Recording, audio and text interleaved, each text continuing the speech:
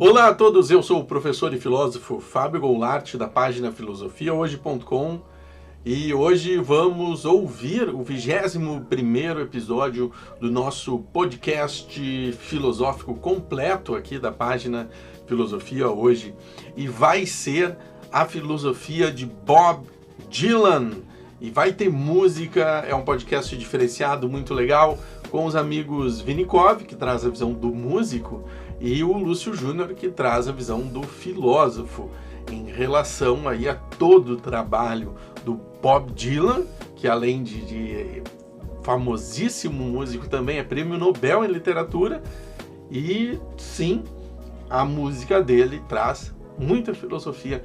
É disso que a gente vai falar, tenho certeza que você vai aprender, vai se divertir, e lembrando, o espaço dos comentários está sempre aberto aqui para todo mundo. Então, ouve até o final. Roda a vinheta. O brega o brega é uma espécie de folk brasileiro, é isso? Cara, eu acho que passa um pouco por isso. Esse cara, o Odair, um pouco o cara que é um cronista também, que das ruas, assim, né? Que tem a música que é sobre o puteiro, tem a música, sabe, sobre o cotidiano e tal, sobre a vida do homem comum e tal, né? Até das pessoas mais humildes, no caso do Odair, né?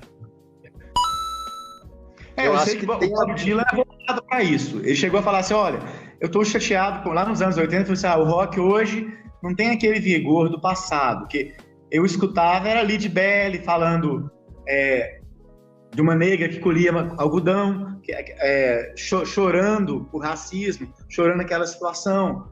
O rock do cara, assim, o folk rock, das pessoas, do dia a dia, do cara no puteiro, do cara trabalhador. E hoje, ele falou, foi perdendo um pouco essa relação, virou muito show business. Essa relação do cotidiano, pessoas da rua, não é? Sim. Ele já falou isso. Com as raízes, Hank Williams, Led Belly, Woody Guthrie. É muito visceral, né? E no Brasil, no caso do Odair, eu acho que, assim, ele traz do negócio de Goiás, né? Ele tem a raiz dele ali, que é bem sertaneja também, assim, né? Da música sertaneja e tal, né? Que também tem vários pontos em comum com a música folk, né? É verdade. Com violão, contar histórias e tal, tudo isso tem uma relação. Até o jeito que eles tocam, as tercinhas que eles fazem, que a gente chama de tercinha, as tercinhas que faz com a voz também e tal. Tem várias relações musicais também, né? Que ele traz ali. E o Odair foi um cara que escutou isso também, sabe? Porque ele escutou, ele foi para Londres, teve uma época que ele foi para Londres e tal. Não sabia. Ele tentou fazer um disco de rock progressivo. Parece que ele saiu da gravadora que ele tava, fez um disco que chama João, não sei o que, do João e Maria. É um disco muito interessante também, cara. Bom também, é um disco bom dele, assim, da fase boa, assim. É mesmo? Só que não deu certo, não vendeu, e aí depois eles deram um jeito de falar, não, Odair, você vai saber fazer isso aqui. E ele vendia pra caralho, né? Enquanto o Odair vendia 1 milhão de cópias, o Chico Buarque vendia 20 mil. Pois é, essa contradição é muito interessante, que jornais falavam do Chico, por uma questão cultural. Não é? A intimidade da crítica com aquele tipo de música. Intimidade do pessoal de classe média alta, de classe média com aquele... E o Odair não tinha crítica, não tinha, né? A música brega, sertaneja, ela não tem crítica até hoje. Repara isso. É porque a gravadora também, ela tinha uma hierarquia, né? Isso, tinha o cast delas, que era uma aristocracia, assim, era o Tom Jobim, Chico Buarque, Caetano Veloso e tal, esses caras. Tem até a história do Araçá Azul que ilustra muito bem isso, né? Que o Caetano fez um disco doidão, que o disco que foi mais devolvido na história do Brasil, o cara comprava, ia lá e devolvia e trocava depois, porque o disco era maluco e tal. E o disco não vendeu nada e ele pôde fazer a piração que ele quisesse, assim, tipo... e não vendeu porra. Enquanto o Odair não, o Odair tinha que fazer sucesso, ele tinha que vender, entendeu? Ele, de certa forma, sustentava os que estavam em cima também, né? Ele vendia ali, era o comercialzão para vender e tal, né? Só que eu acho artísticos também e tal, né? Mas aí, é claro, toda a mídia também, o prestígio da mídia todo vinha para esses caras, né? Pro lado de cima e tal. O critério não era só vender. Hoje, esse critério está mais forte, né? Mercado, vender. O critério nessa época não era só o cara vender, né? Interessante. É um pouco diferente. Era vender também, mas é um pouco diferente. Vocês sabem, Pode assim, falar. por exemplo, essa questão, né? Assim, olhando filosoficamente, a história da indústria cultural brasileira é uma história que não foi contada, né? Até Muito porque, interessante. digamos, os anos de chumbo ali da ditadura eram os anos justamente que a escola de Frankfurt fervilhava, né? Embora o famoso A Dialética do Esclarecimento é um livro de 47, ele realmente explode nos anos 70.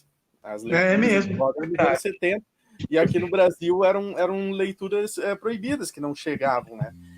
Se eu não me engano, é o primeiro textinho que tem aqui no Brasil, que é do... Deixa eu tentar, Coelho. Tem o Gabriel que divulga. É o Teixeira Coelho, será? Teixeira Coelho, que é o texto que é um cara bom. É um texto que eu acho de 85. Ele é de 85 e foi o primeiro texto brasileiro, assim, falando desse conceito. E daí tu olha, em 85 a gente já é Legião, Paralamas, né? Toda essa geração aí que vocês falaram já tinha passado. E eu não me lembro de artigos e textos fazendo essa análise. E obviamente isso aí é muito interessante, né? Vamos dizer assim, o tratamento que a mídia e até a própria ditadura dava a determinados autores, entre aspas, populares, como Chico e Caetano, em relação a outros que realmente vendiam para a massa, vendiam um milhão de discos, enquanto Caetano e Chico vendiam 20 mil, né? Isso aí é toda uma história não contada, é uma baita análise para ser feita, né? O problema é esse livro do... Acho que o nome dele é Paulo César Araújo, se eu não me engano. O livro chama... Ele conta essa história do período da ditadura, que é muito interessante, que tem a ver com isso que você está falando. Ele tenta resgatar, assim, de um outro ponto de vista, né? Porque a gente já conhece a história do Caetano, que foi exilado, que o Chico fez a música para a filha do Médici e tal, todas aquelas histórias, assim, a gente já conhece, né? Agora... Por exemplo, que o Tom Jobim ia lá na porta da Globo bater lá para entregar a música para a Globo para vender, que todo mundo tinha que colocar uma música na novela nos anos 70, porque nos anos 70 a novela passou a ser, sei lá, como se fosse assim, você tinha que estar na novela para você vender, para você estar, né? A novela era uma coisa que comandava ali. Então esses caras todos estavam lá na Globo também, né? Chico Buarque, o Tom Jobim, esses caras todos, ele conta histórias que o Tom Jobim ia lá pessoalmente na Globo, oferecia uma fita lá e tal. As coisas assim que E outras coisas que eu acho interessante também, por exemplo, acho que é o Valdir Soriano, que foi censurado porque tinha uma música que chamava Tortura de Amor. Aí não podia ter a palavra tortura na música, né? O Odair foi censurado também pelo... Pare de tomar a pílula, que ela não deixa nosso filho nascer e tal, né? E na época o governo tinha uma política de enfiar a pílula ali, goela abaixo, né? Uma forma de controle populacional, para parar de nascer pobre e tal, essas coisas, né? E aí é contra também a política do governo, por isso que foi censurado, né? Interessante, cara, várias histórias desse tipo, assim.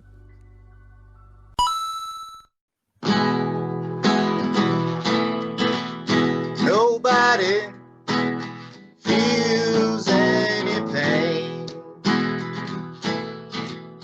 tonight as I stand inside the rain.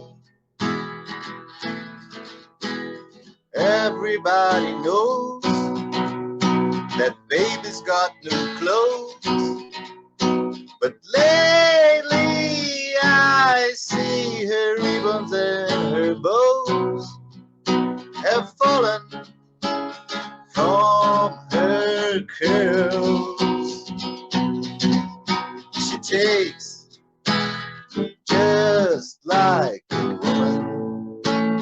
Yes, she does. She makes love just like a woman.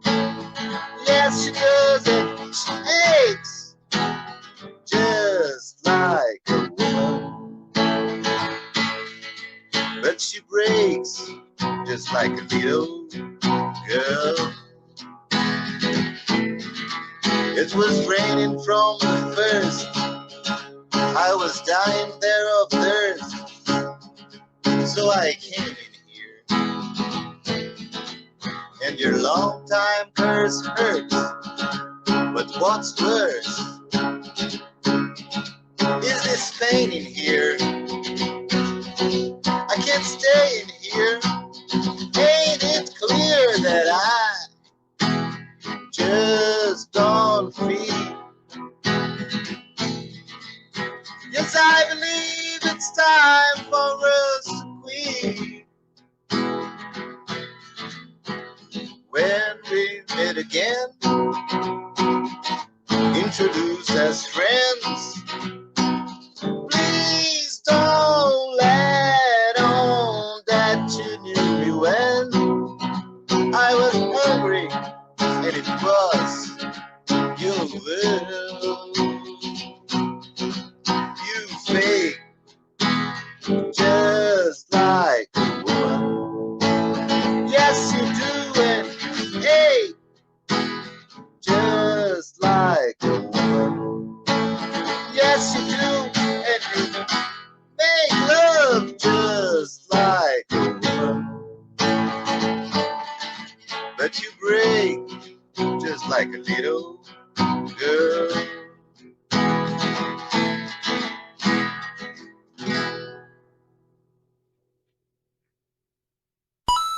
Principal, Bob Dylan, né? Sim. E, bom, a gente não saiu dos anos 60, 70, né? Claro que Sim. o contexto cultural nos Estados Unidos era outro completamente diferente, era a questão do Vietnã, e ao mesmo tempo se discutia a paz e a liberdade, que são temas muito presentes aí no Bob Dylan. Então eu gostaria de passar a palavra para o professor Lúcio, que foi inclusive quem convocou essa live aqui, né? E para falar e fazer a tua apresentação aí, fica à vontade. O Lúcio, sim, é um fã do Bob aí, vai acrescentar muito aí para todos os ouvintes. Vai lá, Lúcio, por favor. Então, boa noite. Olha, o Vinícius é bem mais conhecedor, ele tem bibliografia, já tocou em tributos, né? Conhece por dentro. Porque eu acho assim, vai falar de música, tem que ter um músico. Então você não salvou, Vivi. Porque eu acho que muitas vezes a crítica no Brasil ela é crítica de letra. Caetano já disse isso. Eu acho que o Chico parece também. A crítica que sai no jornal é a crítica de letra. Então é uma coisa mutilada, né? Porque o cara tem que ter um conhecimento musical para poder fazer a crítica da letra e da música.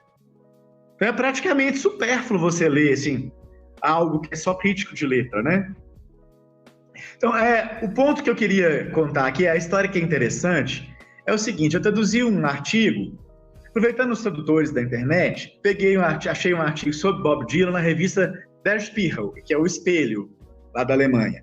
Então, ela estava falando de um livro do Axel Honneth, que já é a terceira geração da Escola de Frankfurt, que, por incrível que pareça, a Escola de Frankfurt existe hoje. As pessoas esquecem, né? Ou não divulgam isso. Então, existe um Instituto de Pesquisa Social em Frankfurt hoje em dia. O mais famoso é o cara, hoje em dia, o Habermas, né, que está vivo. Habermas fez um sucesso de Frank Sinatra, lá nos anos 90, né? O Jürgen Habermas. O Honneth já é o sucessor do Habermas. O Habermas está velhinho, ele assumiu a Escola de Frankfurt. Agora, chegou lá e falou assim: olha, gente, está na hora de a gente acabar com um problema que existia aqui dessa linha filosófica com a música popular.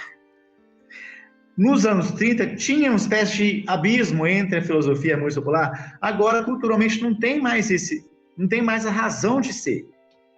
Nós já suturamos essa ferida, esse abismo deixou de existir. Então, ele chamou um congresso sobre Bob Dylan. Teve um congresso dos frankfurtianos sobre Bob Dylan. Ele conta que muita gente torceu o nariz.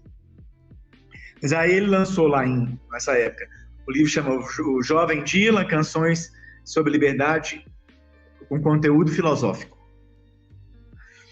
Então ele falou que tem muita gente que estranha isso, que lá em Frankfurt a gente às vezes sente que o Adorno e o Horkheimer estão ali andando, o Bremen estão ali andando, mas que aí saiu o texto do Congresso, com as contribuições, tinha um tema que era música e drogas, então é curioso. Aí ele falou assim, olha, aqui na Europa é incomum estudar cultura popular, nos Estados Unidos está muito mais tranquilo. Está muito mais tranquilo na universidade pesquisar a cultura popular. Na Europa ainda tem um pouquinho de resistência, de que deveria estudar é o Schoenberg, é o Stravinsky, que são os caras que o Adorno discute.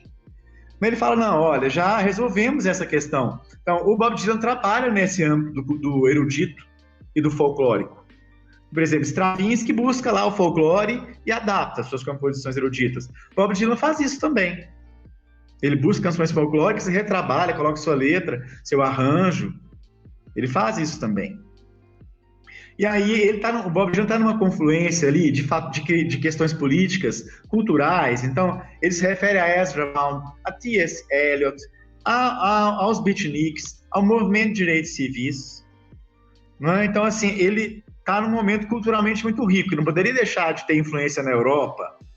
Então, tem pessoas da Alemanha que são fãs do Bob Dylan, igual o Wim Wenders, das Asas do Desejo. Ele escreve sobre Dylan, sobre Birds. A geração 68 foi muito impactada pelo Bob Dylan, né?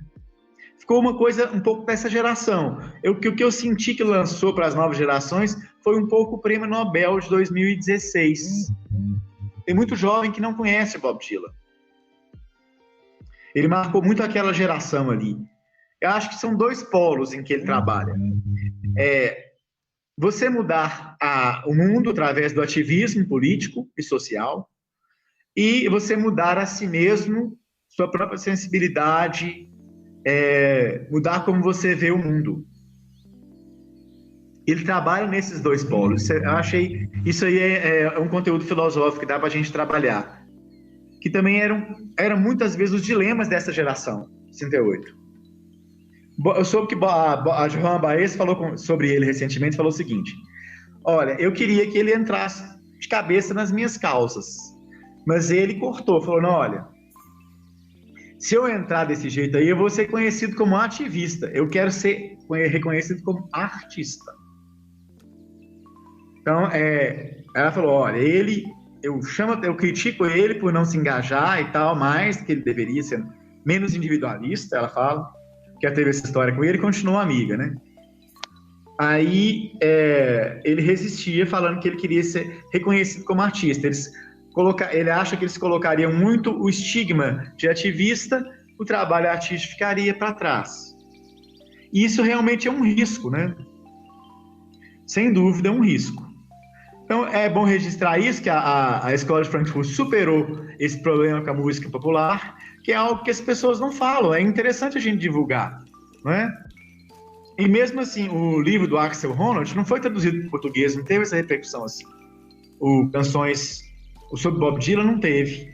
Ele até lançou livro aqui sobre a luta pelo reconhecimento, não é? Acho que ele já foi às fronteiras do pensamento, Fábio.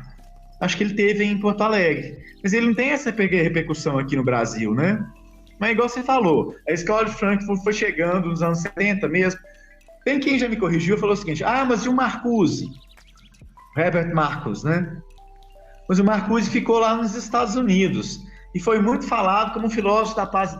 A gente não sentiu tanta... Entrou meio como um filósofo da paz e amor, que apoiava a Anita Davis, né? Os hippies. Ele entrou um pouco isso, né? Dessa forma. Mas ele não deixa de ser um frankfurtiano. Tem quem polemiza isso. Tem quem polemiza se o Walter Benjamin era frankfurtiano. Eu vejo que as pessoas não consideram muito o Marcuse hoje. Está muito à margem, né? Tentou ali... Eu soube que no FMG foram defender a tese sobre ele. E levou porrada dos dois lados, que Marcuse é freudo-marxista. Junta Freud com Marx. Aí os freudianos desciam a rir para os marxistas também. Não é? Mas principalmente é muito importante saber isso, que eu não vejo divulgação disso. Os adornianos que eu conheço não falam disso. Eu fui aluno do Rodrigo Duarte. Ele fez mestrado lá na Alemanha e tal, e organizou colóquios na minha época lá sobre a morte da arte. É muito bacana, muito boa pessoa, muito bom professor, Rodrigo. Excelente. Eu tenho um livro dele sobre Adorno, muito bom. Mas é curioso, o Rodrigo não entra muito nessa questão da indústria cultural. Ele tem canal no YouTube, ele participa nos jornais. Eu já vi ele na fila do cinema para ver Edifício Master, aquele filme, aquele documentário do Eduardo Coutinho, mas eu não vejo ele entrar nessa questão delicada que é a indústria cultural, né? Ela é um ponto, é sempre polêmico, né? Você tem que entrar ali numa polêmica com... O termo indústria cultural já dá a ideia que a cultura tornou-se como mercadoria no capitalismo. Eu acho que é inquestionável, né, que nós caminhamos para isso, a partir de um certo momento. Agora, é sempre polêmico quando começou e tal. Agora, sem dúvida, tem pessoas que dentro da indústria cultural produzem uma obra que é filosófica, que tem alto nível cultural, que é o Bob Dylan.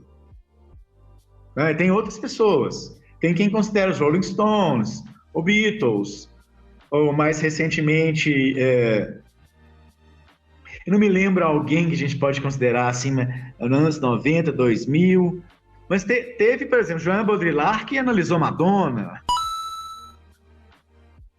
Não, Madonna, Michael Jackson, né? O pessoal traz aí, volta e meia, por N motivos, pelo que eles fizeram até em relação ao show business, né? A própria noção de show, né, que tanto Madonna, tanto Michael Jackson trouxeram, assim, é algo que a indústria nunca tinha visto e tal. Então, esses nomes aí nos anos 80 sempre são tocados, mas por questões mais internas à indústria cultural do que no sentido de crítica, né? Eu lembro de algumas pessoas comentando, Camille Paglia e eu lembro de Jean Baudrillard falando da Madonna, né? Mas é porque a Madonna ela pega assim a cultura underground, traz para os meios de comunicação de massa, ela assume várias personas, né? É uma figura, achavam mais densidade do que a gente imaginava, né? Ali. Agora eu vejo que Bob Dylan teve uma repercussão muito grande na cultura, né? David Bowie, o primeiro disco do David Bowie é inspirado no visual do Bob Dylan. Conhecer os Beatles, John Lennon fez músicas que a gente vê totalmente inspiradas, igual You've Got to Hide Your Love Away, né? Hey, you've got to hide. Tava bem inspirado, né? Tem muita gente que no começo da carreira, naquele comecinho ali, fez coisas inspiradas nele, ou se inspirou. Eu soube que o Jimi Hendrix tinha medo de cantar, tinha insegurança. Aí ele escutou Bob Dylan e pensou, gente, eu vou cantar. Eu já escutei muita gente falar, Iggy Pop falou assim, não, vamos cantar. Vamos cantar. Não é? Jimi Hendrix fez uma leitura brilhante de uma música do Bob Dylan, All Along the Watchtower. Mas assim, uma releitura muito interessante. Eu estava lendo sobre essa música, All Along the Watchtower, né? Estava vendo quanto que ela é densa, as imagens que o Bob Dylan usa. Ele usa arquétipos, ele usa símbolos. Ele não se inspira em filosofia diretamente. Não achei ele falando, nem ninguém falando que ele lê filosofia. O que ele gosta de ler, que eu vi? Ezra Pound, os Beatniks. Ele amava Allen Ginsberg, falava que Allen Ginsberg, recitando Kaddish, o Sunflower Sutra, era algo brilhante que ele falava assim, para ele falava que é um cara assim, que deixa ele sentindo o sagrado. Ele falou uma coisa assim, esse cara é um santo para mim, Allen Ginsberg. Outras coisas que ele lia, Guy de Maupassant, Balzac, escritores franceses do século XIX. E ele lia, há uma polêmica se ele lia Dylan Thomas. Tem amigos que falam, ele chegou em Nova York e estava lendo Dylan Thomas. E o nome dele possivelmente veio daí, o nome artístico. Porque Bob Dylan não existe, né? Existe Robert Zimmerman, que adotou o nome artístico Bob Dylan, que mesmo esse nome é polêmico. Perguntaram para ele se ele gostava do Dylan Thomas, se é homenagem. Ele falou assim, não, a literatura do Dylan Thomas está com nada. É para gente frustrada. Ele depreciou o Dylan Thomas. Mas eu acho que tem possibilidade dele ter lido, sim. Eu soube que ele gostava de ler jornais. Ele ia num arquivo lá com notícias do século XIX. Que ele gostava de notícias antigas, de jornais, de revistas antigas. Séculos passados. Século XIX, principalmente. E que era inspiração para as músicas. Isso que eu vi, assim, da filosofia, dele ligado à filosofia. Ele tem uma música que ele fala que encontrou, é como se fosse um sonho em que ele encontrou com Santo Agostinho. Eu não achei ela para estudar ainda, mas tem essa música. Como se fosse um sonho. Ele trabalha muito com a estética do sonho. Muito interessante isso. Tem uma tese que eu achei, da USP, muito completa nesse sentido. Ele tem um biógrafo do Bob Dylan, que é o único autorizado, é o Robert Sheldon. Aí esse cara foi amigo pessoal e fez uma biografia, assim, monumental. Só elogiando. Porque parece que o Bob Dylan é uma pessoa muito sensível. Parece que o Bob Dylan é extremamente sensível, assim, a críticas, não gosta da entrevista. Então, assim, aí o Robert Sheldon só fez uma coisa elogiosa. Robert Sheldon tem um grande mérito que, quando Bob Dylan chegou a Nova York, do interior, ele foi tocar no Village lá, a troco de comida, uns trocados, e batalhando a vida mesmo. Quem ajudou muito, assim, estava passando aperto. Quem ajudou foi a namorada, que era uma filha de ativistas de comunistas, que é a Rhoda. Ela aparece na capa do Free Willy Bob Dylan, abraçadinha com ele e tal. Essa menina muito ligada às artes, foi uma das primeiras musas. Eu esqueci o sobrenome dela, tem um nome diferente, Roto. Foi a primeira namoradinha e tal, ali no Village, e ajudou muito ele lá no começo. Ela, por exemplo, ela falava com ele sobre Brecht. Ele falava, não, você tem que entrar no teatro, tem que sacar mais do Brecht e tal. E segundo Robert Sheldon, tem canções dele que são inspiradas em Brecht, igual The Death of Hattie Carroll, que ela tem um quê brechtiano, ele estudou Brecht já e tal. Então, lá no começo, ele já começou a criar essa persona. Ele inventou esse nome artístico, ele não gostava de entrevista, ele inventava coisas da entrevista, informação errada, ele respondia fazendo hora com a cara do cara. Então, tem um documentário no YouTube chamado Don't Look Back, do Penny Baker, o mesmo que fez o filme Woodstock. Aí, acompanhando a vida do Bob Dylan, estava acompanhando as entrevistas. Então, tem uma hora que ele ri na cara do repórter. O repórter pergunta assim, quem que é Mr. Jones? Aí ele ri assim, porque rolou a conversa na época que Mr. Jones era a imprensa.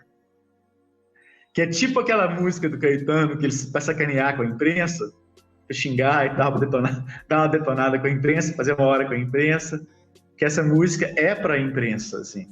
Porque eles faziam pergunta, ele respondia com outra pergunta, ele dava informação falsa, inventava dados, ele não gosta de entrevista mesmo. Ele não gosta mesmo. E essa música, aí eu fui pesquisar, essa música, como tudo que ele faz tem two meanings, 2 significados, impressionante, ou mais. Ele deixa tudo em aberto para você encontrar o significado ali. Então, há quem diga que essa música é sobre um careta, que não se enxerga. Há quem diga que é um maluco que debocha dos malucos, mas ele também é maluco, é um freak.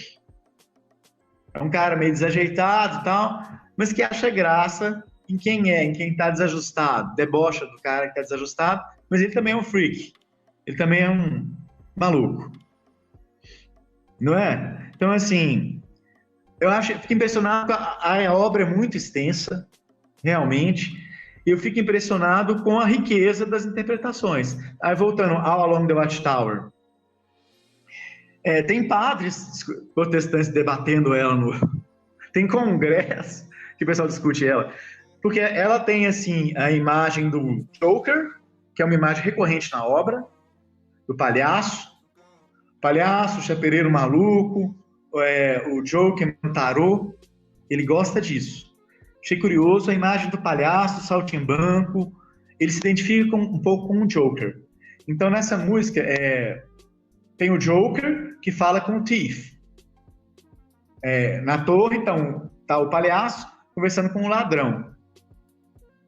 Aí, ele fala, there must be some way to get out of here, say the Joker to the thief. Então, estão os dois numa torre, o palhaço falando com o ladrão. Então, tem N interpretações. Tem quem diz que era Jesus Cristo falando com o ladrão lá na crucificação, naquele lugar mais alto. Os dois falando assim, será que nós vamos tem possibilidade da ressurreição? Será que é só isso? O que nós vamos fazer? Vamos sair dessa para uma melhor? Tem essa interpretação. Tem uma mais mirabolante, que é o Joker era Bob Dylan, o ladrão Elvis Presley. Achei mirabolante isso.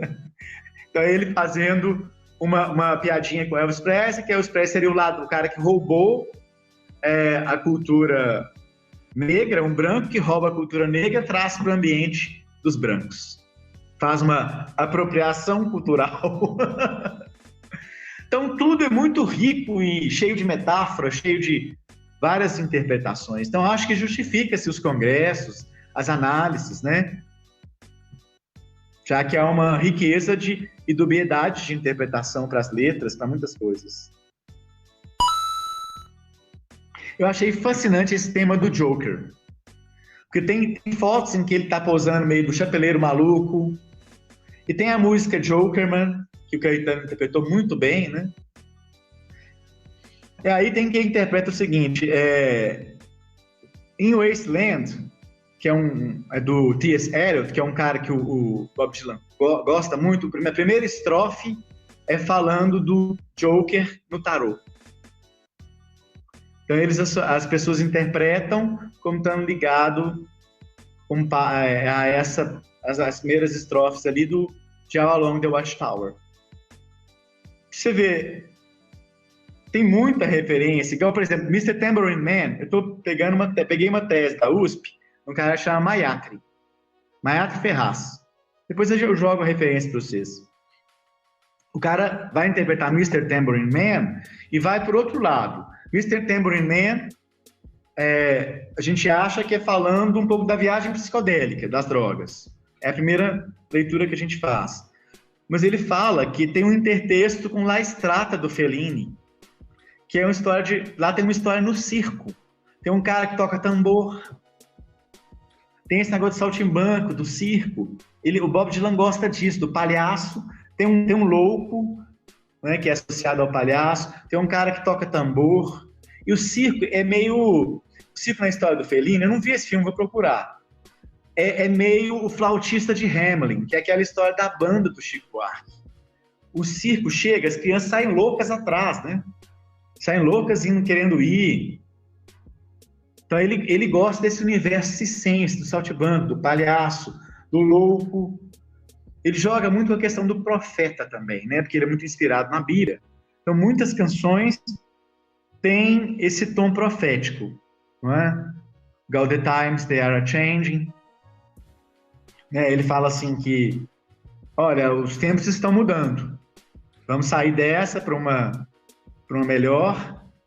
Ele fala principalmente para os jovens, né? Que a geração antiga não está entendendo e os jovens estão entendendo essa mudança agora dos anos 60. A gente pode interpretar assim, né? Ele ficou muito então ele ficou uma época um guru da música folk, dos direitos civis, e ele não quis entrar muito nisso. Aí que ele começou a colocar as letras psicodélicas, o rock, essa postura mais rock and roll, mais hippie e tal. E aí depois virou guru dos hippies. Aí ele cortou com isso também. Então tem quem diga que depois daquele acidente de moto, em 66, ele ficou um tempo lá na roça e aproveitou para deixar baixar essa história do profeta, do guru, porque ele joga com isso. mas ele tem gente que leva a sério, né? Ele tem uma casa lá, é na região de Woodstock. Curiosamente, ele tem uma casa na região de Woodstock, mas não tocou em Woodstock. Ele tem uma casa lá e era sempre invadida por hippies, os hippies que tocavam tarde de noite, subiam no telhado. Aí ele fala que essa história de ser guru, de profeta e tal, não pode ser desse jeito, que atrapalha a sua vida, porque tem gente que leva a sério. Aí ele deixou isso baixar. Ele cortou esse negócio. Voltou um pouco pro country, lá no começo dos anos 70, aquele disco New Morning, uma coisa mais acústica, cortando essa história, assim, do guru dos hippies. Então, é o que eu vejo, isso é muito interessante, a trajetória dele. Quando você pensa que ele que ele vai fazer algo previsível, ele muda. E ele fala isso. Fala, detesto ser previsível. Detesto. Eu fiz algumas anotações em cima ali das falas do Lúcio, né? Principalmente para tentar desfazer um grande equívoco, né? Escola de Frankfurt especificamente é para a gente falar de Adorno e Horkheimer, né? Foi o nome que foi dado porque eles estavam nos Estados Unidos, ainda vamos dizer refugiados daquele período ali do nazismo, né? Então, o que acontece? Eles ficaram conhecidos nos Estados Unidos como Escola de Frankfurt. Tá? Mas a vertente filosófica que eles fazem parte é a teoria crítica. Tá? A teoria crítica, vamos dizer assim, ela tem a sua pré-história em Immanuel Kant. O que tá aqui? Tá aqui, ó. Immanuel Kant está aqui, né, em cima da minha cabeça aqui. Ali, ó, até botar aqui, ó, que eu tenho Kant e Adorno, justamente ali, né? Vou falar dos dois aqui agora. Ela tem a sua pré-história em Kant, que basicamente ele pega o que a filosofia alemã tinha de melhor, que era o idealismo, tá? E junta com o que a filosofia inglesa tinha de melhor, que é o empirismo, e ele forma o criticismo, tá?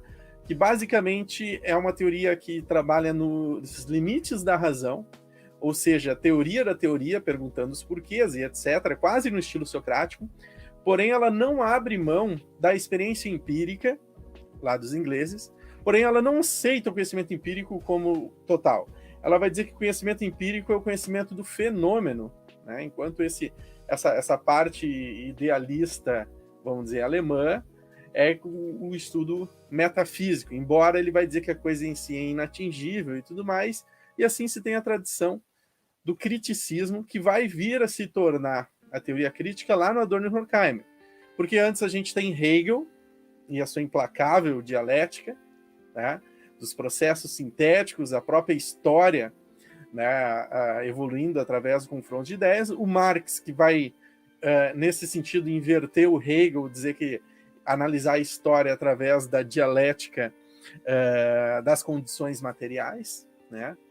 E, enfim, nos anos 40, esses refugiados nos Estados Unidos, Adorno e Horkheimer, eles vão fazer a teoria crítica, que entre seus diversos estudos está lá a crítica à indústria cultural. Que em 1947, na verdade, o Adorno tem os textos, não sei se o Lúcio já leu, tem em português, eu li eles todos em português quando fiz o meu mestrado, que são os estudos radiofônicos, né, dos anos 30. E os estudos radiofônicos dos anos 30, na verdade, já tem todos os elementos ali de crítica ao que se estava fazendo com a música popular, regressão da audição, instrumentalização, um conceito que ele chama esterilização, que estão todos ali já, porém esses elementos eles vão ser compilados no livro de 47, a Dialética do Esclarecimento, onde tem um capítulo chamado Indústria Cultural, e nesse capítulo ele vai mostrar o que hoje é claro, evidente, muitas vezes usado com orgulho, né, de que há uma grande indústria muito rica, muito potente, que o que eles produzem é produtos culturais, vulgo músicas, filmes, teatro, etc, etc, etc, né? Ali naquela época isso foi tão poderoso que passou despercebido. E como eu falei, só foi chamar a atenção da juventude dos anos 60, que vivia um momento de, vamos dizer assim, de grande confronto com os adultos, né, da época, vamos dizer assim. Semelhante ao que a geração atual, que já nasceu conectada, a geração Alpha, a geração Z, está aos poucos começando a fazer com as nossas gerações e dos nossos pais, que viviam numa época ainda completamente analógica ou processo de transição, como aqui no nosso caso. Então, vamos dizer assim, principalmente a leitura do Adorno, mais que o Horkheimer, é uma leitura completamente apocalíptica, como Humberto Eco dizia, em relação à indústria cultural.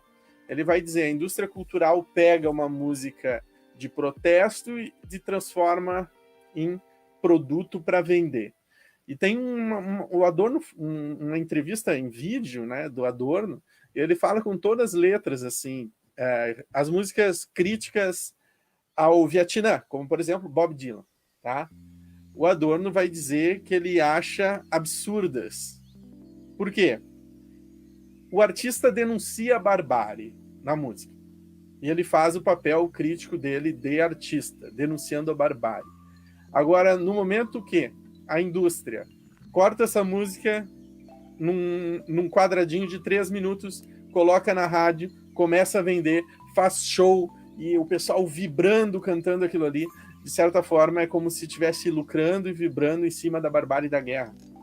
Virou um subproduto da guerra do Vietnã, pro Adorno, entende? Pro Adorno, a música do Bob Dylan, entre tantos outros artistas, é um subproduto da guerra do Vietnã, porque a guerra também é mercadológica, na visão adorniana. Então o Adorno, vamos dizer assim, ele é completamente, né, nesse sentido apocalíptico aí em relação aos produtos culturais, por mais críticos que eles sejam. Ele diz, o artista é crítico, a arte é crítica. Agora começou a vender, fazer show em cima disso, é barbárie. O Habermas, que é quem já na Alemanha, né, vai seguir a tradição da teoria crítica, ele não faz isso. Ele tem a diferença do agir instrumental, ele faz bem, ele marca essa divisão, que o Adorno não chegou a marcar, né, entre o agir instrumental e o agir comunicativo. Então o artista estaria na dimensão do agir comunicativo. Então o artista, ele já é responsável por processos de transformação, processos dialéticos entre pessoas que podem mudar posturas, mudar a visão. Embora o produto da música dele, ele está instrumentalizado. O CD, o disco, o álbum, o pôster, a camisa, o livro que tu compra, instrumentalizado. Só que quando tu escuta o disco, quando tu lê o livro, né, há um agir comunicativo que pode ser libertador ali. E a gente chega no Honneth, já nos anos 90. Lembrando que o Habermas, ele é fantástico, porque para mim o Habermas, entre todos os autores ali dos anos 90, era o único que entendeu de fato o que estava acontecendo quando caiu o Muro de Berlim, né? Enquanto tinha gente ali que falava as mais variadas besteiras, tipo o Fukuyama lá e o fim da história, o Habermas fazia uma análise concisa da diferença da sociedade que estava acontecendo, do que seria a polarização direita-esquerda a partir dali, e aí que nesse contexto vai surgir o Honneth, tá? O Honneth, esse primeiro livro dele, que é A Luta por Reconhecimento, ele foi traduzido muito rápido para o Brasil. Se não me engano, foi traduzido em 91, 92, eu posso estar muito enganado, bem dizer, quase no ano de lançamento que ele foi feito lá na Alemanha. Então ele vem muito rápido aqui para o Brasil. O filósofo brasileiro conheceu rápido Axel Honneth, porém parece que não deu a devida atenção, porque o Honneth, ele vai dizer que a dialética, isso aí para os marxistas, né? A dialética hoje é a dialética da luta por reconhecimento. Se a gente a luta de classes lá que o Marx fala, hoje ela está marcada pelas lutas por reconhecimento. E aí tem desde o reconhecimento social das classes mais pobres, mas tem o reconhecimento de gênero, tem o reconhecimento étnico, tem o reconhecimento das religiões, tem o reconhecimento do direcionamento sexual, das pessoas com deficiência, e assim vai, e assim vai, e assim vai. Então ele é um autor extremamente relevante, só que talvez, por ainda ter essa característica da filosofia alemã, que é trabalhar o limite do pensamento, Ou seja, ela não fica só discutindo com os conceitos empíricos, mas basicamente entrando no limite metafísico possível, vamos dizer assim, no limiar metafísico possível. Ela é uma filosofia que afasta, né? E aí ela se restringe ao meio acadêmico. Mas o Honneth resolveu falar de Bob Dylan. Por quê? Porque a luta por reconhecimento, a gente quer ser reconhecido para quê? A gente quer ser reconhecido para ser livre. A gente quer ser reconhecido para ser quem a gente é, né? Porque se no mundo capitalista, se tu é pobre, tu não pode exercer a tua personalidade, porque tu tem que ser subalterno, tu tem que trabalhar 12 horas por dia, tu tem que vestir a pior roupa, tu tem que usar o pior transporte, comer a pior comida. Não deixa essa expressão. Então tu não é livre. Embora se venda muito essa questão de liberalismo, capitalismo, liberalismo, isso aí é uma falácia. Começamos assim. A mulher é livre? Não. A pessoa que tem uma religião fora da padrão da sua sociedade é livre? Não. A cor da pele? Livre? Não. A sexualidade, né? A orientação sexual, o direcionamento sexual, a identidade de gênero? Nada. Não somos livres. O Honneth, além de um fã do Dylan, ele vai dizer que o Dylan ele é um filósofo da liberdade, né? Como bom alemão, ele vai definir, não tem um chiliques aí. Sim, filósofo é quem faz filosofia. Então vamos dizer que ele estaria dentro do campo da filosofia prática e não da filosofia acadêmica, né? Então ele faz essa distinção para o pessoal não ter chilique. E o que seriam esses filósofos práticos? Tá? Os que nos disponibilizam gatilhos para a gente filosofar.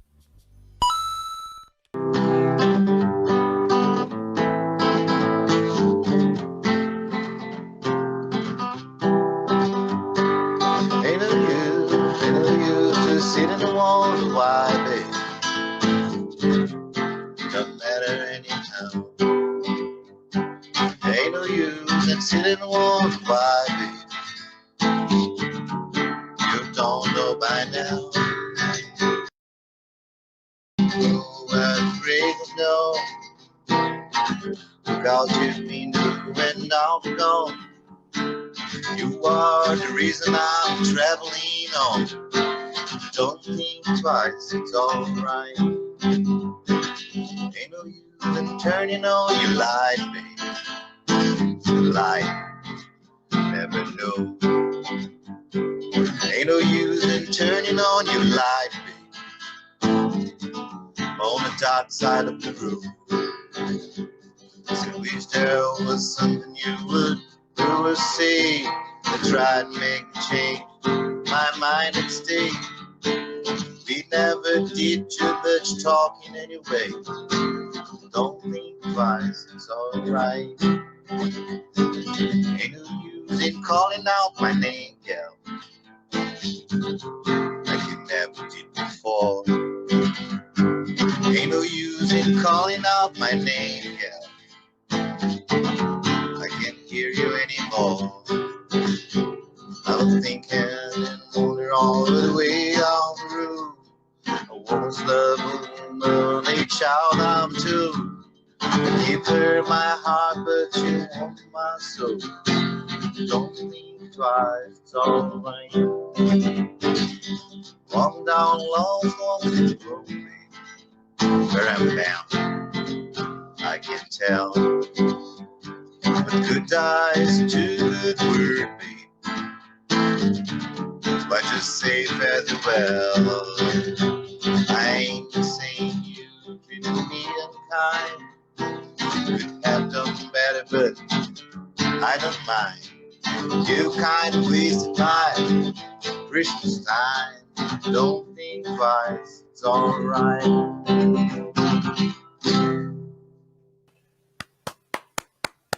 Show de bola. Isso aí.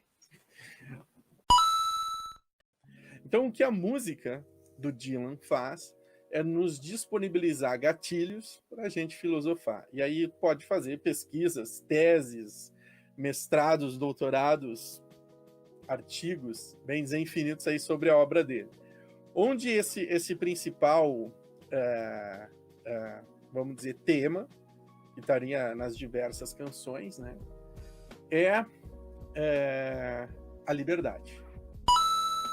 O problema da liberdade, a liberdade moral, já que a gente está falando de Kant. A liberdade em si é tão metafísica que a gente não consegue discutir ela. Agora, a liberdade moral, essa da vida em sociedade, etc. Né? Esse aí seria a primeira questão, que está, obviamente, ligada a toda a teoria crítica alemã, porque como é que começa, de fato, ou como a gente poderia dizer assim, o grande lema do criticismo ou da teoria crítica? É sapere aude, que Immanuel Kant dizia, sapere aude. Sapere aude é uma expressão latina que a gente pode traduzir por ouse saber, ou ainda pense com a própria cabeça. Ouse saber e pense com a própria cabeça. Ousar saber é pensar com a própria cabeça, pensar com a própria cabeça é ousar saber. E, de certa forma, né, é o que as músicas do Dylan, com essas múltiplas interpretações, nos trazem, tá? Por exemplo, a minha música favorita do Dylan, né, é Blowing the Wind.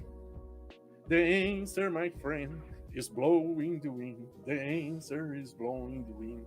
Né? A resposta, meu amigo, está soprando ao vento.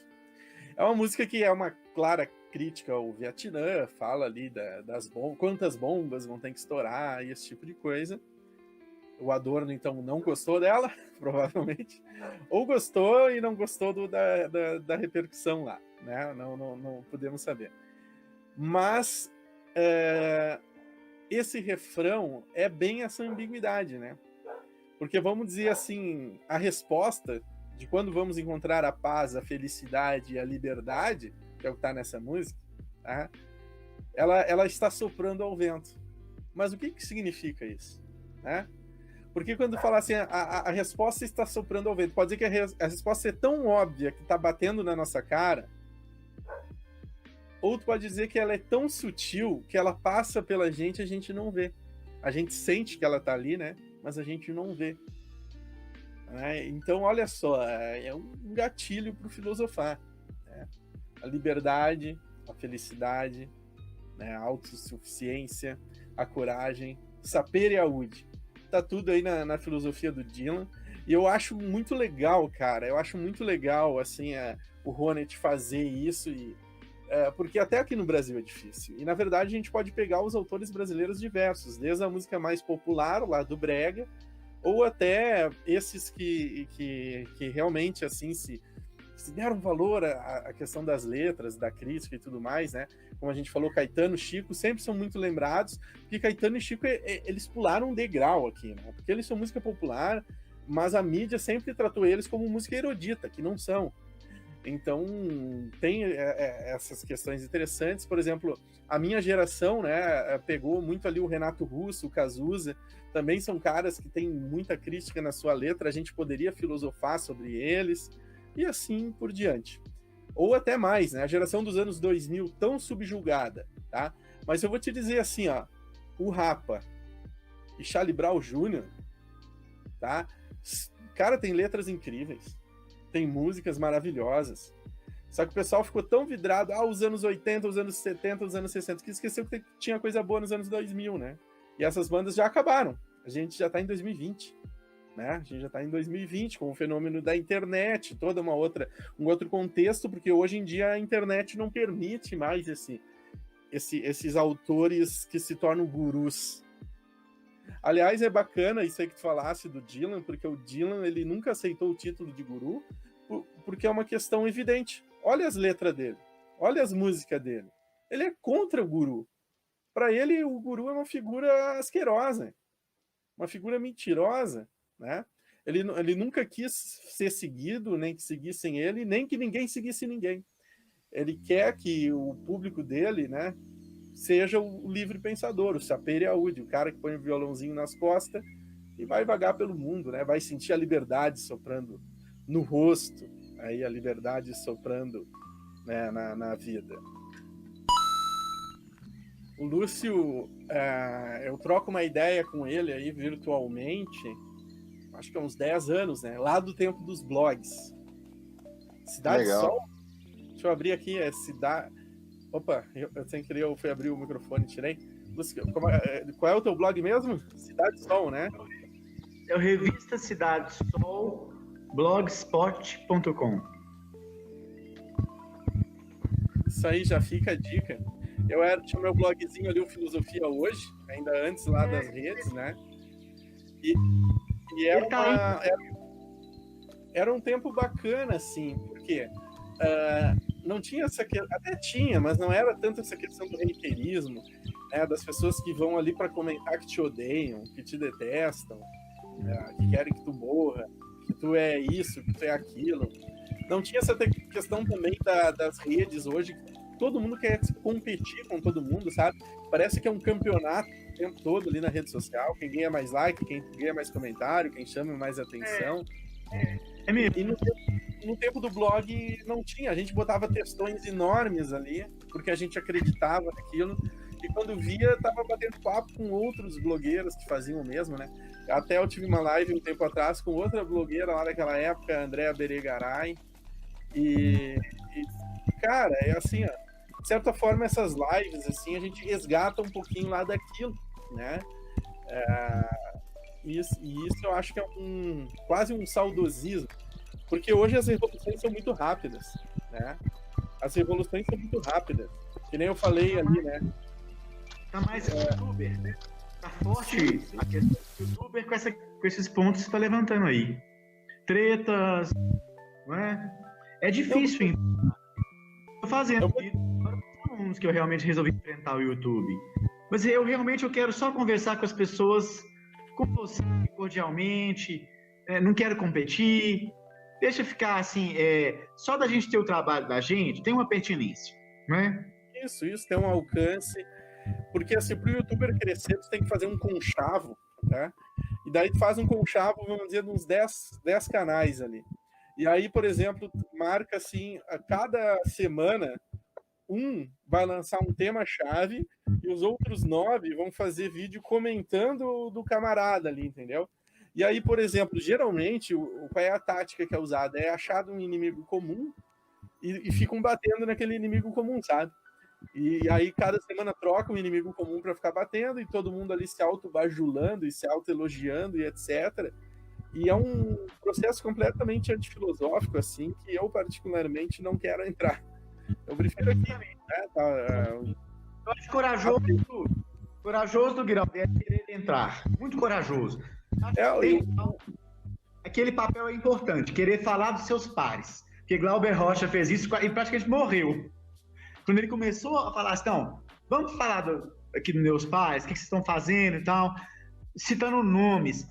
Aquilo é delicado no Brasil, porque as pessoas são cordiais, elas se ofendem, sentem, mas é necessário aquilo que ele está falando, né?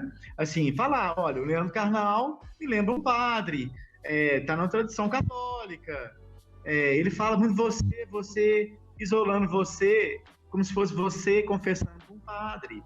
Essa crítica não está em lugar nenhum, e é a gente de dentro da arte que sabe fazer. Isso é importantíssimo ele fazer. Outra coisa que eu vejo importantíssimo ele fazer eu quero ver lá um comentário de alguém de um assunto quente, atual. E um filósofo comentando, é só ele que faz, que dá conta de ficar em cima ali da mídia, da folha, da televisão, da novela. Isso eu teria que receber para fazer, até porque é um salto, um trapézio, você não acha? Com certeza. E o Giraldelli, na verdade, cara, é um cara assim, ele criou, vamos dizer, uma plataforma que permite ele dar esses saltos, né?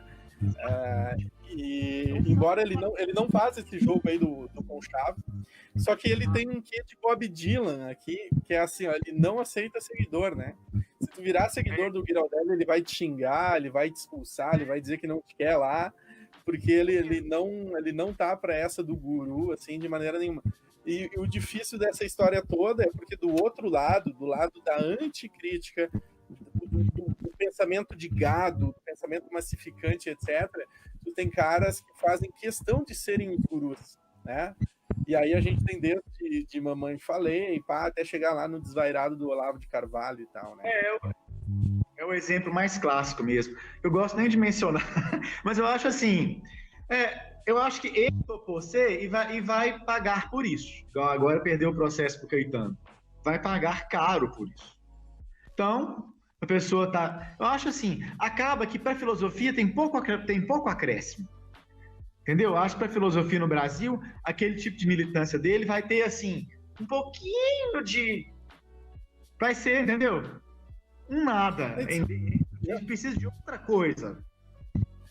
Sabe que perseguem muito, né? Eu, há um tempo, há alguns anos atrás, por causa de um vídeo que eu fiz, na verdade, nem que eu fiz, que eu publiquei, que era um vídeo que eu publiquei para um professor do Rio Grande do Norte, que estava começando um canal, e eu fui atacado, ameaçado aí pelas Olavetes, depois deixaram o meu pé um pouco. Este ano agora, né? Por causa da pandemia, eu sentava aqui no computador para preparar minhas aulas online, né? Meus Google Meeting e Google Classroom aí e tal. E nisso também me ajudava a bombar minhas redes sociais. Então, minhas redes, Filosofia Hoje voltou a ter uma repercussão que não tinha há algum tempo já. E nisso voltei a ser atacado também pelas Olavetes. E teve um que o cara... Ele me marcava nos comentários, me seguia ali, coisas absurdas e etc. Basicamente num método muito simples, né? Como é que esses gurus trabalham, tá? Eles colocam um problema que é muito claro, que é muito difícil alguém discordar daquilo ali. Vou usar um exemplo aqui muito evidente, pedofilia. Né? Pedofilia, pô, ninguém gosta disso, ninguém quer um pedófilo perto de si, etc. E pá. Então eles largam esse problema, pedofilia. Daí ele vai dizer, qual é a solução para pedofilia? Tem que prender os pedófilos todos. Daí ele vai dizer, não, mas por que isso não tem dado certo? Né? E ele vai dizer que ele que é a verdadeira solução para acabar com esse problema, mesmo sem nenhum porquê. Só que nisso convence esse público louco dele, né? E faz que o seguinte, para ter a real solução sobre esse problema, tem que me seguir. E nisso ele cobra ali um valor que é relativamente pequeno, que é aqueles R$50 por mês, né? Para ser um seguidor dele. E aí o cara vai movendo montanhas de fanáticos e promete oratórias fantásticas e etc. Na verdade, é o argumento do pombo, né? Tu pode derrotar qualquer argumento. Como, né? Tu ridiculariza o adversário e vira as costas e sai rindo. Quer dizer, essa é a tática lá que eles pregam, né? Sempre um discurso de violência e sempre atacando. Tu nunca se defende, né? Se, por exemplo, assim, vamos dizer assim, se eu tô aqui falando contigo, Lúcio, e tu me ataca, eu não me defendo. Eu deixo tu dar todo o ataque sobre mim e depois eu te ataco. E assim eu tô sempre na ofensiva, sempre na ofensiva, sempre na ofensiva. Quando tu cansar de discutir comigo, eu ganhei, porque eu ataquei mais. Essa é a lógica desse perversa, que, vamos dizer assim, saiu vitoriosa, ele ajudou a eleger o presidente da República, embora depois um fiasco atrás do outro, né? Vamos dizer assim, a gente está no terceiro ministro, não, quarto, dá para dizer, porque teve um que nem assumiu, né? O quarto ministro da educação e nenhum conseguiu emplacar nada que preste, nada que vai ficar marcado na história desse país, né? A maioria vai ser esquecido aí nos livros, né? Ou todos. Eu acho que quem é que vai falar de Adam Weintraub daqui a 30 anos? Ninguém nem vai saber quem foi esse delinquente, vamos dizer assim. Agradeço muito você que assistiu até aqui. Então, por favor, deixa um like, um comentário, se inscreve no canal, ativa o sininho e, se puder, por favor, seja membro do canal. A partir de R$ 1,99 você ajuda com essa pequena contribuição, faz uma grande diferença para a filosofia hoje no Brasil. Assista mais um vídeo nosso. Obrigado, valeu e até a próxima.